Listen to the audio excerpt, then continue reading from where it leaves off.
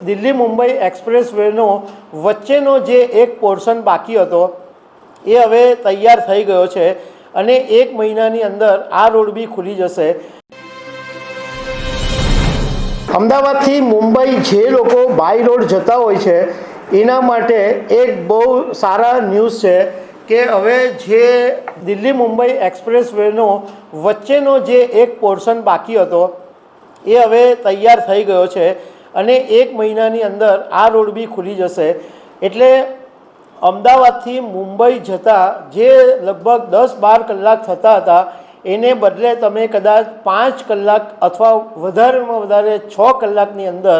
અમદાવાદથી મુંબઈ પહોંચી શકશો। તો આના વિશે હું તમારી સાથે વાત કરીશ। મારું નામ રાજેશ શાહ છે અને તમે જોઈ રહ્યા છો ગુજરાતના સૌથી મોટા ડિજિટલ ન્યૂઝ પ્લેટફોર્મ ખબર છે .com। કેન્દ્રીય રોડ અને ટ્રાન્સપોર્ટ મંત્રી નીતિન ગડકરી હમણાં 2 દિવસ ગુજરાતની મુલાકાતે આવી ગયા અને એમણે દિલ્હી મુંબઈ એક્સપ્રેસ વેનો જે ભરૂચથી નવસારીનો રોડ છે એ 64 કિલોમીટરનો બાય રોડનું એમણે નિરીક્ષણ કર્યું અને એ પછી એવી વાત સામે આવી છે કે એમણે એવી જાહેરાત કરી કે આ 1 મહિનાની અંદર આ ભરૂચ નવસારીનો જે દિલ્હી મુંબઈ સાથેનો એક્સપ્રેસ વે જે કામ ચાલુ છે એ 1 મહિના પછી શરૂ થઈ જશે। આને કારણે સુરતના લોકોને પણ ફાયદો થવાનો છે કારણ કે સુરતના લોકોને એક્સપ્રેસ વે પર જવા માટે 2 એન્ટ્રી પોઈન્ટ મળવાના છે। એક છે કિમથી હાઈવે પર જવા માટે 33થી 50 કિલોમીટર અને એના ગામથી પણ આ દિલ્હી મુંબઈ એક્સપ્રેસ વે પર જઈ શકાશે જેનું અંતર 17થી 39 કિલોમીટરનું છે।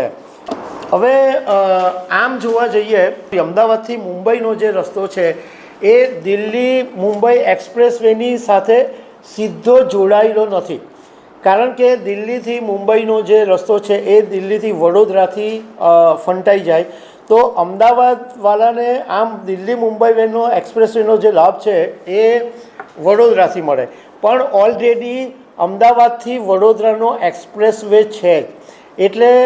અમદાવાદથી મુંબઈ જનારા લોકોને આ હવે સીધો ફાયદો થશે। 1 મહિનાનું વેઇટ કરવાનું છે પરંતુ એ ફટાફટ થઈ જશે કારણ કે અમદાવાદથી વડોદરાનું 100 કિલોમીટરનું અંતર છે અને વડોદરાથી મુંબઈનું જે અંતર છે એ 379 કિલોમીટરનું છે। મતલબ એમ માનો કે અમદાવાદથી મુંબઈનું 480 કિલોમીટરનું અમદાવાદ છે। હવે અત્યાર સુધીમાં નેશનલ હાઈવે 48નો જે ઉપયોગ કરે છે એ અમદાવાદથી મુંબઈ જવા બાય રોડમાં 10થી 12 કલાક થાય છે। હવે જો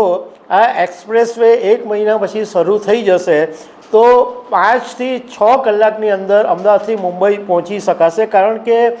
એક્સપ્રેસ વે ઉપર કારની જે સ્પીડ હોય છે એ 120 કિલોમીટરની હોય છે અને જો તમે નોન સ્ટોપ જાઓ તો 5 કલાકમાં એ પહોંચી જાઓ અને તમે કોઈ સ્ટોપેજને બધું કરો અથવા કંઈક ટ્રાફિક કે થાય તો મેક્સિમમ તમને 6 કલાકની અંદર તમે અમદાવાદથી મુંબઈ પહોંચી જાઓ। હવે આમ જોવા જઈએ તો બુલેટ ટ્રેનનો બી એક પ્રોજેક્ટ છે જે અમદાવાદથી મુંબઈનો છે પરંતુ હજુ મુંબઈને તો બુલેટ ટ્રેન માટે બહુ જ વાર લાગવાની છે પણ અમદાવાદથી વાપી સુધીની જે બુલેટ ટ્રેન છે એ કદાચ 1-1.5 વર્ષની અંદર ચાલુ થઈ જાય એવું એક ગણતરી છે કે સુરતથી બિલ્લીમોરાનો જે બુલેટ ટ્રેનનો પ્રોજેક્ટ છે એ પહેલાં શરૂ થાય અને પછી વાપી સુધી જ રંબાશે। વાપીથી આગળ હજુ કામ શરૂ નથી થયું એટલે આ પ્રોજેક્ટ બુલેટ ટ્રેનનો એકવાર શરૂ બી થશે તો અમદાવાદથી વાપી સુધીનો હશે અને બુલેટ ટ્રેનમાં જનારા લોકો તો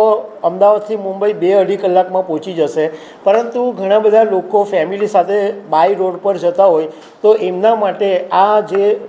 દિલ્હી મુંબઈ એક્સપ્રેસ વેનો જે રસ્તો છે એ હવે બહુ જ સારો સાબિત થવાનો છે। તો દર્શક મિત્રો આવી અનેક વાતો સાથે અમે તમને મળતા રહીશું। Thank you very much.